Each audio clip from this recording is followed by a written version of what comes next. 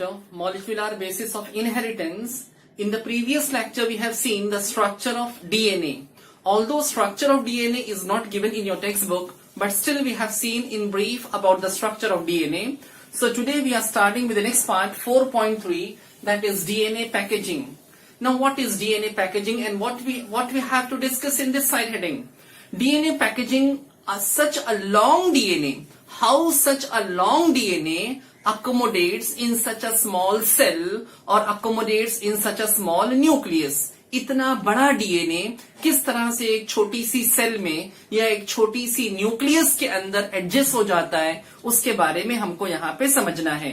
Okay, now as far as mammalian cell is concerned, mammal एक typical mammalian cell जो होती है उसके अंदर जो डीएनए है, जो डीएनए अगर उस पूरे डीएनए को हम अनवाइंड करें, ओपन करें, स्ट्रेट करें, DNA is present in chromosomes are made up of DNA और chromatin is made up of DNA. Depend करता है कि सेल कौन से स्टेज में है. अगर पूरे डीएनए को हम स्ट्रेट करें तो डीएनए की लेंथ कितनी है? 2.2 metre. 2.2 metre is the length of DNA in a mammalian cell. ये लेंथ कैसे मालूम पड़ी?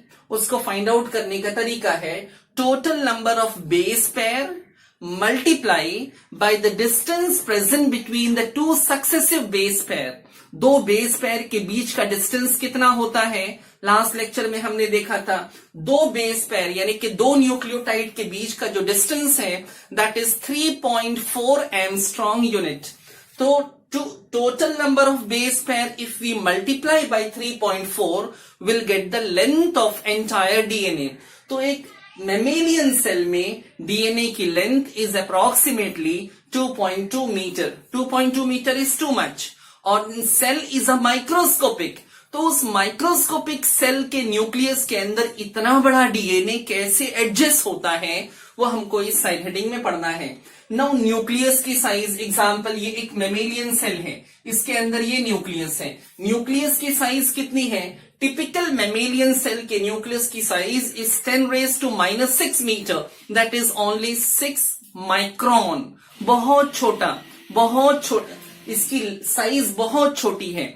इतना छोटे न्यूक्लियस के अंदर इतना बड़ा डीएनए कैसे अकोमोडेट होता है, कैसे एडजस्ट होता है, इसके बारे में हमको यहां पे डिस्कस करना है.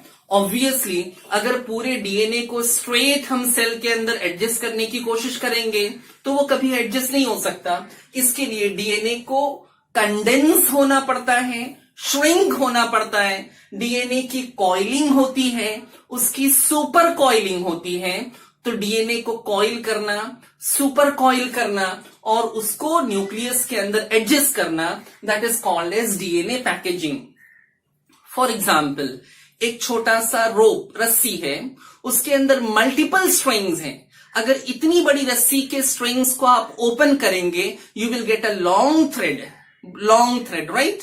एक छोटी सी रिल है जिसमें 100 मीटर लॉन्ग थ्रेड है. तो एक इतना बड़ा थ्रेड इतनी छोटी सी रिल में आ सकता है. वैसे ही इतना बड़ा डीएनए को अगर कंडेंस किया जाए, श्रिंक किया जाए, कॉइल किया जाए, सुपर कॉइल किया जाए तो डीएनए एक छोटे से न्यूक्लियस में एडजस्ट हो सकता है. कैसे एडजस्ट होगा? Will see in the subsequent side heading. Now we have to discuss packaging of DNA in prokaryotic cell. In prokaryotes, देखो प्रोकैरियोट्स का डीएनए थोड़ा अलग है, यूकैरियोट्स का डीएनए थोड़ा अलग है. तो first will discuss about the prokaryotic cell, उसके बाद यूकैरियोट्स के बारे में हम बाद में पढ़ेंगे. As far as prokaryotic cell is concern, इसके बारे में 2 मिनट शॉर्ट में आप समझ लो. Prokaryotic cell, cell with primitive nucleus. Cell with primitive nucleus is called as prokaryotes. Example, kingdom Monera, जिसमें बैक्टीरियाज बिलोंग करते हैं, वो प्रोकैरियोटिक सेल है. बच्चों प्रोकैरियोटिक सेल के अंदर nuclear membrane is absent. Prokaryotic cell में न्यूक्लियर मेम्ब्रेन नहीं होता है. Due to absence of nuclear membrane, nucleus can not be seen distinctly. Nucleus can not be isolated distinctly in the cell. उसके अंदर nucleolus भी नहीं होता है, न्यूक्लियोप्लाज्म भी नहीं होता है. Many cell organelles are absent in prokaryotic cell. Prokaryotic cell के अंदर जो क्रोमोसोम होता है, that chromosome is called as nucleoid. Prokaryotic cell is a primitive cell without well developed nucleus. उसके अंदर सर्क्युलर डीएनए, सर्क्युलर क्रोमोसोम होता है. जो क्रोमोसोम होता है उसको न्यूक्लियोइड कहते हैं. अभी जो सर्क्युलर क्रोमोसोम है यानी कि न्यूक्लियोइड है, is a ring of DNA. अगर उसके डीएनए को हम ओपन कर दें, एक prokaryotic cell, let us take the example of E coli. Let us take the example of E. coli, which is a type of bacteria. अगर उस bacteria के रिंग वाले डीएनए को हम कट करके ओपन करें तो उसके डीएनए की लेंथ कितनी होगी? 1100 माइक्रोमीटर लेंथ इन पेरीमीटर. जो पूरी लेंथ होगी वो लेंथ 1100 माइक्रॉन्स होगी. एक ई कोलाई के अंदर जो सर्कुलर डीएनए है, उस डीएनए को कट करके हम ओपन करें तो will get the DNA of 1100 micron in length. और उसमें कितने बेस पेयर हैं? वो जो 1100 माइक्रोमीटर लेंथ वाला डीएनए मिलेगा, उस डीएनए में 4.6 मिलियन बेस पेयर हैं. 4.6 मिलियन न्यूक्लियोटाइड्स के पेयर हैं. डबल स्ट्रैंडेड डीएनए में आमने सामने वाले न्यूक्लियोटाइड मिलकर एक बेस पेयर बनते हैं. तो 4.6 मिलियन बेस पेयर है, राइट. अभी 1100 micrometre may also be called as 1.1 millimeter. 1.1 millimeter scale में जो छोटा वाला मार्किंग है, that is millimetre. 1.1 millimeter long nucleoid, 1100 micrometre, that is 1.1 metre long जो डीएनए होगा. इतना बड़ा डीएनए किस तरह से अकोमोडेट होता है, किस तरह से फिट होता है उस सेल के अंदर, जिस सेल की साइज सिर्फ 2 से 3 माइक्रोमीटर है. The length of DNA is 1100 micrometer and the size of the cell is 2 to 3 micrometer. तो कैसे इतना बड़ा डीएनए इतनी छोटी सेल में फिट होगा? That is what explained in the next part. We are discussing accommodation or packaging of DNA in prokaryotes. Now, the next part. Here what is given, this is the length of entire DNA. जो circular DNA होता है prokaryotic cell में, example E coli मैंने कहा, उसका जो circular DNA था, उस डीएनए की रिंग को अगर आप कट करो, उसको स्ट्रेट करो, ये उसका स्ट्रेट डीएनए है जिसकी लेंथ कितनी है? 1100 माइक्रोमीटर, 1100 माइक्रोमीटर. ये कंप्लीट लेंथ है डीएनए की प्रोकैरियोटिक सेल यानी कि ई कोलाई बैक्टीरिया में. अभी ये एक्चुअल में सर्कुलर फॉर्म में होता है, सर्कल. अभी इसी स्ट्रेट स्ट्रिंग का, इसी वायर का अगर हम सर्कल बना दें तो सर्कल बनने के बाद इसका डायमीटर जो है वो कितना हो जाता है? 350 micrometre. This is circular DNA, diameter is 350 micrometre. तो लेंथ इज 1100 माइक्रोमीटर. सर्कुलर होने की वजह से साइज रिड्यूस हो गई, इट बिकम्स 350 माइक्रोमीटर सर्कुलर होने के बाद. अभी इसी सर्कुलर डीएनए में हमको क्या करना है? यहां से मल्टीपल जगह से उसको कंडेंस करना है, उसको अंदर की तरफ फोल्ड करना है. उसका इन्वेजिनेशन होगा. इन्वेजिनेशन, ये रिंग जो है ना, ये रिंग अंदर की तरफ यूं टर्न होगी, यूं अंदर की तरफ ऐसे सब बाजू से टर्न होगी, सब बाजू से टर्न होगी. तो अब ये ऐसा दिखाई देगा. This is called as circular and folded. This circular folded, जिसके अंदर ये जो टर्न्स आपको दिख रहे हैं ना, this is called as loop. ऐसे कितने लूप होते हैं? ऐसे 40 to 50 such loops are present. Remember, in this diagram, I have shown only 5 loop. It is not possible for me to show 40 or 50 loop. इसमें सिर्फ मैंने 5 loops show किए हैं. Actual में 40 to 50 such loops are present. अभी ये 40 to 50 loops बनने की वजह से इसकी साइज 350 माइक्रोमीटर से रिड्यूस होकर कितनी हो जाती है? 30 माइक्रोमीटर उसकी साइज हो जाती है. ये फर्दर श्रिंक हो गया, फर्दर रिड्यूस हो गया. वंस अगेन, आगे जाने से पहले पूरा जो डीएनए था उसकी लेंथ 1100 माइक्रोमीटर. सर्कुलर होने की वजह से उसका डायमीटर 350 माइक्रोमीटर. उसके फोल्डेशन की वजह से, इन्वेजिनेशन की वजह से, फोल्ड होने की वजह से इट मेक्स 40 to 50 लूप्स. अब ये सर्कुलर फोल्डेड है, अब इसकी साइज 30 माइक्रोमीटर हो गई. अभी ये जो एक एक लूप, अच्छा अब लूप वापस से खुल नहीं जाए, ये लूप वापस से नॉर्मल नहीं हो जाए, ये लूप वापस से ऐसा ओपन नहीं हो जाए, इसके लिए लूप के बीच में एक इंटरनल कनेक्शन डेवलप होता है with the help of RNA connectors. RNA connectors are responsible for holding the loop, for holding the loop in such a way कि वो लूप वापस से ओपन नहीं हो जाए, वो ऐसे इसी फॉर्म में रुका रहे. तो ये आरएनए कनेक्टर्स हैं जो ब्लैक से मैंने ड्रॉ किया है, जो लूप्स को अपनी एक्चुअल पोजीशन पे लूप के फॉर्म में रखते हैं. नाउ अभी ये जो एक एक लूप है ना बच्चों, ये जो सिंगल लूप है, हर लूप में वापस से फर्दर कॉइलिंग हो रही है, मतलब कॉइलिंग पे वापस से कॉइलिंग हो रही है. अब जो फर्दर कॉइलिंग हो रही है, यू कैन सी, ये पहले यहां पर पहले ऐसा स्ट्रेट था ना, पहले ऐसा स्ट्रेट था, ये वाला स्ट्रक्चर था. अब इसमें फर्दर कॉइलिंग हुई, ऐसी फर्दर कॉइलिंग हुई. अब इसको हम बोलेंगे super coil. This coilings are called as super coil. तो एक्चुअल में जो लीनियर डीएनए था वो circular, folded and super coiled. अब सुपर कॉइलिंग की वजह से उसकी साइज कितनी हो जाती है, जस्ट 2 माइक्रोमीटर. तो 1100 माइक्रोमीटर से 350 माइक्रोमीटर, 350 से 30 माइक्रोमीटर, 30 से 2 माइक्रोमीटर, ये फाइनल स्टेज है. ये super coiled, circular super coiled nucleoid यानी कि उसका क्रोमोसोम है. अच्छा, ये सुपर कॉइलिंग्स में ये जो छोटी वाली कॉइलिंग्स है ना, ये छोटी वाली जो कॉइलिंग्स है, ये कॉइलिंग वापस से ओपन नहीं हो जाए, यानी ये वाला लूप वापस से ऐसा नहीं हो जाए, इस कॉइलिंग्स को होल्ड करके रखने के लिए histone like DNA binding protein is responsible. एक प्रोटीन हिस्टोन के जैसी, हिस्टोन नहीं है, हिस्टोन के जैसी, histone protein is absent in prokaryote. तो it is histone like DNA binding protein जो पॉजिटिव चार्ज वाली प्रोटीन है. रिमेंबर, डीएनए जो है ना, that is a negative charge particle. ये नेगेटिव चार्ज बायोमोलिक्यूल है और ये वाली प्रोटीन पॉजिटिव चार्ज है. तो इस प्रोटीन की वजह से ये इस शेप में रुका रहता है. ये प्रोटीन या तो डीएनए गाइरेज है, उसका एग्जाम्पल है histone like DNA binding protein का एग्जाम्पल डीएनए गाइरेज या डीएनए टोपोआइसोमरेज 1. ये दो में से कोई भी एक प्रोटीन होगी. ओके, अभी one more point. If you treat this DNA, final DNA जो सुपर कॉइल्ड डीएनए है, if you treat this DNA with the protein, sorry, with the enzyme which digest this protein, तो ये वाला part, ये वाला loop खुल जाएगा. अगर आपने प्रोटीन डाइजेस्टिंग एंजाइम डाल दी, histone like DNA binding protein digesting enzyme डाल दी, तो ये लूप खुल जाएगा. और ये आरएनए कनेक्टर, अगर तुमने आरएनए को डाइजेस्ट करने वाली एंजाइम आरएनएज डाल दिया, तो ये वाला लूप भी खुल जाएगा, ये लूप खुलने लगेगा और वो फाइनली ऐसा हो जाएगा. तो this is the final structure of supercoil DNA present in prokaryote.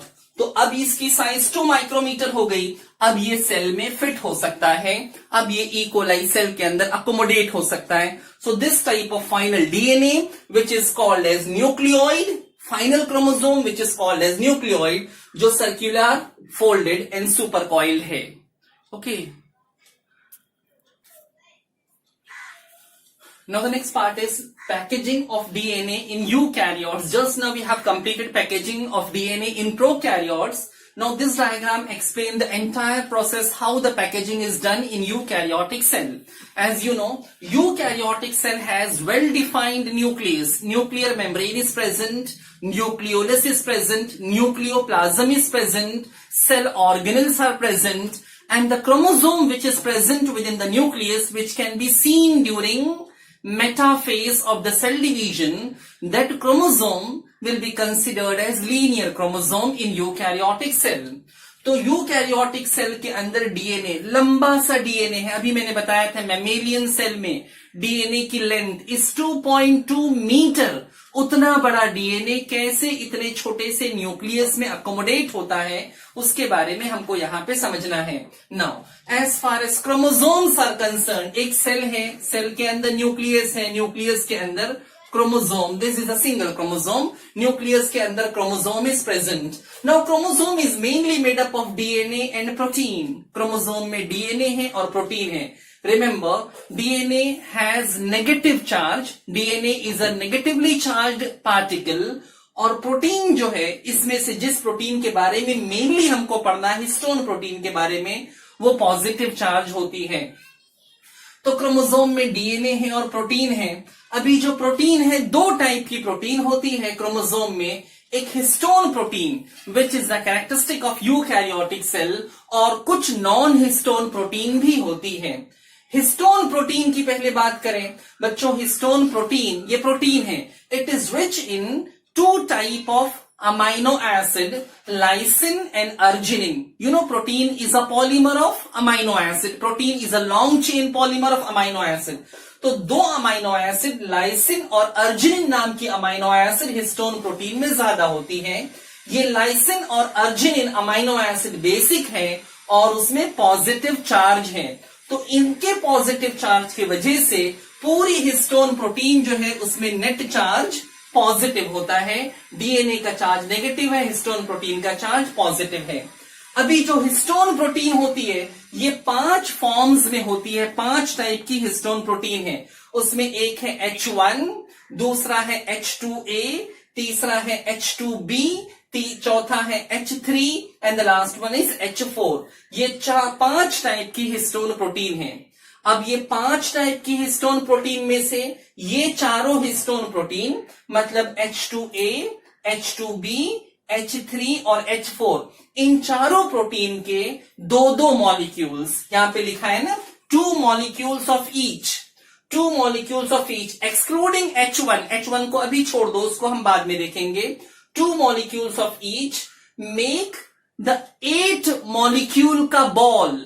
8 molecule ना, 2 4 8 मॉलिक्यूल, 8 मॉलिक्यूल के हिस्टोन का एक बॉल बनेगा, that is called as histone octamer. 8 molecules मिलकर एक बॉल बनाएंगे, 2 molecules of each, and it is called as histone octamer. जो बात मैंने यहां पे कही, वही हिस्टोन ऑक्टेमर को यहां पे ड्रॉ करके मैंने दिखाया है। हिस्टोन ऑक्टेमर क्या है? 2 molecules of H2A, 2 molecules of H2B, 2 molecules of H3 and 2 molecules of H4. It makes 8 molecules of histone, collectively called as histone octamer. Now, as said earlier, बेटा हिस्टोन प्रोटीन जो है उसमें net charge positive है, और ये DNA है, double stranded DNA है, DNA का नेट चार्ज नेगेटिव होता है। वी आर डिस्कसिंग कैसे डीएनए को पैक करके क्रोमोसोम बनाया जाता है, उसके बारे में हम पढ़ रहे हैं। तो डीएनए का नेगेटिव चार्ज, अच्छा प्रीवियस लेक्चर में यू हैव सीन कि डीएनए, डबल स्ट्रैंडेड डीएनए जो है ना, double stranded helical structure, DNA का जो डायमीटर होता है, डायमीटर, डीएनए का डायमीटर कितना है? 20 micrometre, 20 micron is a diameter of DNA. तो डीएनए का डायमीटर ना यहां से यहां तक ये 20 माइक्रॉन्स का है, और ये हिस्टोन ऑक्टेमर, ये नेगेटिव चार्ज, ये पॉजिटिव चार्ज, इनके बीच में अट्रैक्शन, इनके बीच में अट्रैक्शन। अभी जो हिस्टोन ऑक्टेमर है, 8 मॉलिक्यूल है, हिस्टोन ऑक्टेमर है, डबल स्ट्रैंडेड डीएनए की जो स्ट्रिंग है, ये स्ट्रिंग ऑक्टेमर के ऊपर ना ऐसा कॉइल करेगी, ऑक्टेमर के ऊपर ऐसी वाइंड करेगी। ये histone octamer, this molecule is histone octamer, this is the next histone octamer, और जो ब्लू से मैंने ड्रॉ किया है वो डीएनए है।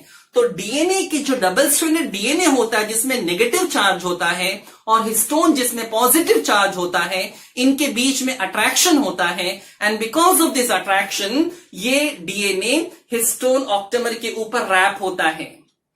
ये डीएनए हिस्टोन ऑक्टेमर के ऊपर जो रैप हुआ है, रैप किया हुआ डीएनए कितना रैप होता है?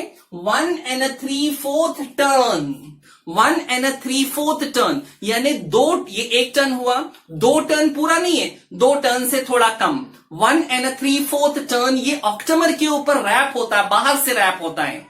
ये रैप किए हुए डीएनए को, जो हिस्टोन ऑक्टेमर के ऊपर बाहर से रैप होता है, उस डीएनए को हम बोलते हैं core DNA, that is called as core DNA. बच्चों core DNA is wrapped around the histone octamer and the wrapping is 1 3/4 turn. अभी जो पार्ट रैप किया हुआ है जिसको हिस्टोन ऑक्टेमर बोलते हैं, उस हिस्टोन ऑक्टेमर में कितने बेस पेयर हैं डीएनए के? 146 बेस पेयर, 146 बेस पेयर। तो 146 base pair is wrapped around the histone octamer. अभी ये 1 3/4 टर्न है, 2 टर्न से कम है। अब ये बाहर निकला हुआ डीएनए, उसके बाद नेक्स्ट हिस्टोन ऑक्टेमर के ऊपर रैप है। जो रैप है वो वापस से कोर डीएनए है, वापस से 146 बेस पेयर है, वापस से 1 3/4 टर्न है। अभी दोनों के बीच में ये वाला जो डीएनए है, जो 2 ऑक्टेमर के बीच का डीएनए होगा, 2 ऑक्टेमर के बीच का डीएनए या फिर 2 कोर डीएनए के बीच का डीएनए होगा, that DNA will be called as linker DNA. यानी ये बीच में जो डीएनए है, this part is called as linker DNA. बच्चों, लिंकर डीएनए की लेंथ फिक्स नहीं है। In your book it is given linker DNA जो होता है, लिंकर डीएनए में 8 से लेके 114 बेस पेयर तक हो सकते हैं। Minimum 8 base pair and maximum 114 base pair may be present in the linker DNA. अभी इमेजिन अगर इसके बीच में से फॉर एग्जाम्पल मैं कह रहा हूं 54 बेस पेयर हैं, लिंकर डीएनए के 54 बेस पेयर, कोर डीएनए के 146 बेस पेयर, दोनों को मिला दे 146 और 54, इट बिकम्स 200 बेस पेयर। तो 200 बेस पेयर के बाद यूनिट रिपीट होती है and the single unit is called as nucleosome which has approximately 200 base pair. Once again, let me clarify. देखो बेटा, ये हिस्टोन ऑक्टेमर था। हिस्टोन ऑक्टेमर के ऊपर जो डीएनए रैप किया हुआ है, that is core DNA. Core DNA जहां से एंटर होता है और जहां से निकलता है ना, जो डीएनए एंटर हुआ, मतलब हिस्टोन ऑक्टेमर के ऊपर रैप करना है, जहां से एंटर हुआ, जहां से निकला, ये खुल नहीं जाए, ये ओपन ना हो जाए, इसके लिए इन दोनों के बीच में क्लिप लगी होती है। वो क्लिप क्या है? वो H1 हिस्टोन प्रोटीन है। ये वाली प्रोटीन है, ये वाली जो लंबा सा आपको दिख रहा है ब्लू कलर का, this is H1 histone protein. H1 histone protein core DNA जहां से एंटर होता है और जहां से निकलता है, इन दोनों को पकड़ के रखने के लिए, क्लिप करने के लिए, ताकि ये ओपन ना हो जाए, अनवाइंड ना हो जाए, इसके लिए H1 histone protein is responsible. अब इस डायग्राम में ना देखो, ये हिस्टोन ऑक्टेमर, ये जो रैप किया हुआ है core DNA, this is core DNA, ये वाला लिंकर डीएनए, ये वाला लिंकर डीएनए, ये H1 हिस्टोन प्रोटीन, ये H1 हिस्टोन प्रोटीन। अभी जो सिंगल यूनिट बन रही है, यहां से यहां तक एक unit, this is the next unit, and numerous such units are present. Each unit is called as nucleosome. Remember, nucleosome has approximately 200 base pair. ये 200 बेस पेयर कहां से आया? कोर डीएनए का 146 और लिंकर डीएनए का 54। 146 और 54 को ऐड करेंगे, इट बिकम्स 200 बेस पेयर। तो इससे एक यूनिट बनती है। अच्छा, न्यूक्लियोसोम की एक यूनिट में, nucleosome is a single unit ना, यहां से यहां तक एक यूनिट है। Total 9 molecules of histone protein is present. 9 molecules. Histone octamer के 8 मॉलिक्यूल और एक मॉलिक्यूल H1 प्रोटीन का है, तो 9 molecules of histone is present in single nucleosome. बेटा, ये एक न्यूक्लियोसोम, दूसरा nucleosome, same diagram I have drawn again. एक न्यूक्लियोसोम, दूसरा न्यूक्लियोसोम, तीसरा nucleosome, fourth nucleosome, and so on. Many nucleosome, it makes a beaded string-like structure. It gives the appearance of beaded string, bead वाली string, that मोती वाली माला, उसके जैसा appearance दिखाई देता है। This beads on string वाले structure को हम क्या बोलते हैं? Nucleosome fiber. It is called as nucleosome fiber.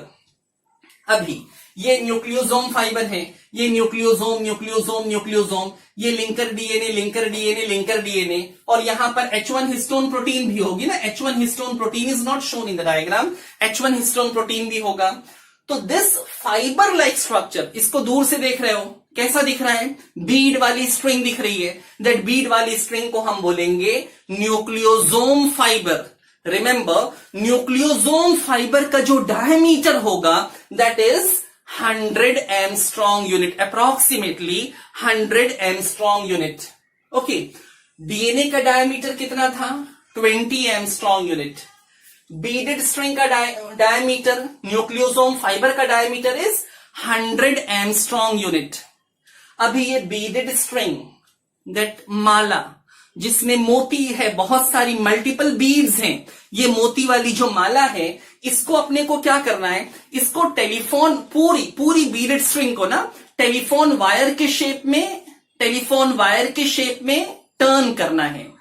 Telephone wire के शेप में अगर आप टर्न करेंगे तो बेटा एक टर्न में पूरी बीडेड स्ट्रिंग की मैं बात कर रहा हूं, एक टर्न में 6 बीड्स आएंगे, यानी एक टर्न में 6 न्यूक्लियोसोम्स आएंगे। This is a single turn. वापिस दूसरे टर्न में 6 बीड्स, तीसरे टर्न में 6 बीड्स एंड सो ऑन।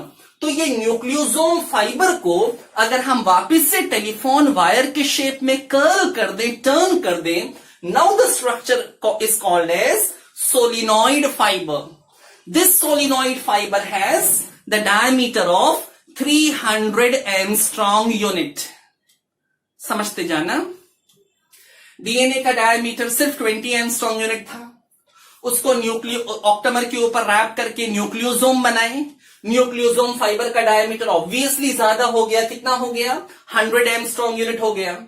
अब ये न्यूक्लियोसोम फाइबर को टेलीफोन वायर के शेप में टर्न कर दिया, पूरे को टेलीफोन वायर के शेप में टर्न कर दिया, ये कितना हो गया, 300 एंगस्ट्रॉम यूनिट डायमीटर हो गया। अभी बच्चों जो टेलीफोन वायर बना है ना, टेलीफोन वायर जो बना है, उस पूरे टेलीफोन वायर को वापस से स्प्रिंग शेप में टर्न करो, यानी इस पूरे स्ट्रक्चर को वापस से आप उन स्प्रिंग के फॉर्म में टर्न कर रहे हैं। अब फर्दर कॉइलिंग, सुपर कॉइलिंग हो रही, कॉइलिंग पे कॉइलिंग हो रही है। Now this further coiled structure in which solenoid fiber is super coiled. Now this structure is called as chromatin fiber. This structure is called as chromatin fiber. Remember, chromatin fiber का diameter कितना है, 2000 angstrom unit. That is 200 nanometer. 2000 angstrom unit is 200 nanometer. Remember, few readings are not given in your textbook. ये मैं अपनी तरफ से बता रहा हूं दूसरे बुक के रेफरेंस से। तो 2000 angstrom unit is the diameter of chromatin fibre. Chromatin fibre वही फाइबर है जो हमारे सेल के न्यूक्लियस में प्रेजेंट होता है जब सेल डिवाइड नहीं हो रही है। जब हमारी सेल डिवाइड नहीं होती है तो बच्चों that phase is called as interphase. Interphase में यानी प्रिपरेटरी फेस में, रेस्टिंग फेस भी बोल सकते, प्रिपरेटरी फेस में जब सेल डिवाइड नहीं हो रही है, उस स्टेज में genetic material is present in the form of chromatin fibre and chromatin fibre has the diameter of 2000 angstrom unit. Now this chromatin fibre, this entire chromatin fibre is further coiled, is again super coiled. इसकी further coiling से यानी इस पूरे fibre को further coil कर दिए। इस coiling के अंदर है सोलिनॉइड फाइबर, सोलिनॉइड के इसके अंदर है क्रोमैटिन फाइबर, उसके अंदर सोलिनॉइड फाइबर। अब जो एकदम थिक फाइबर बनेगा that fibre is called as chromatid और क्रोमोसोम। इसको बोलेंगे क्रोमैटिड और क्रोमोसोम। बच्चों ये जो क्रोमोसोम है ना, ये वाला जो क्रोमोसोम है, क्रोमोसोम के each limb of the chromosome is called as chromatid. The entire thing is called as chromosome. Chromatid and chromatid, बीच में सेंट्रोमेयर है। तो ये जो क्रोमैटिड होता है ना, ये क्रोमैटिड का डायमीटर कितना है, इसकी थिकनेस कितनी है, इसकी थिकनेस है 7000 angstrom unit, that is 700 nanometre. यानी एक क्रोमोसोम को अगर तुमने पकड़ा, उसके एक क्रोमैटिड को निकाला ना, this is a single chromatid, इस क्रोमैटिड को निकाला, तो ये क्रोमैटिड है, क्रोमैटिड को अनवाइंड कर दो, इसको खोल दो, क्या बन जाएगा, क्रोमैटिन। क्रोमैटिन को वापस से अनवाइंड करो, क्या बन जाएगा, सोलिनॉइड। सोलिनॉइड को फर्दर अनकॉइल करो, क्या बन जाएगा, न्यूक्लियोसोम फाइबर। न्यूक्लियोसोम फाइबर की एक एक यूनिट को क्या बोलते हैं, न्यूक्लियोसोम। न्यूक्लियोसोम में क्या है, हिस्टोन ऑक्टेमर और डीएनए और H1 histone protein. So this entire thing collectively makes the chromosome. अभी ये जो लास्ट में क्रोमैटिड बना है, क्रोमोसोम बना है, ये क्रोमोसोम की इतनी सारी कॉइलिंग्स कॉइलिंग पे कॉइलिंग पे कॉइलिंग पे कॉइलिंग है, इतनी सारी कॉइलिंग्स, ये कॉइलिंग्स खुल नहीं जाए, अनवाइंड ना हो जाए, इसके लिए at higher level NHC, non histone chromosomal protein, non histone chromosomal protein helps in packaging at the higher level, यानी क्रोमैटिड के शेप को मेंटेन रखने के लिए, वो अनवाइंड ना हो, इसके लिए this protein is responsible. So this is all about the packaging of DNA in eukaryotes.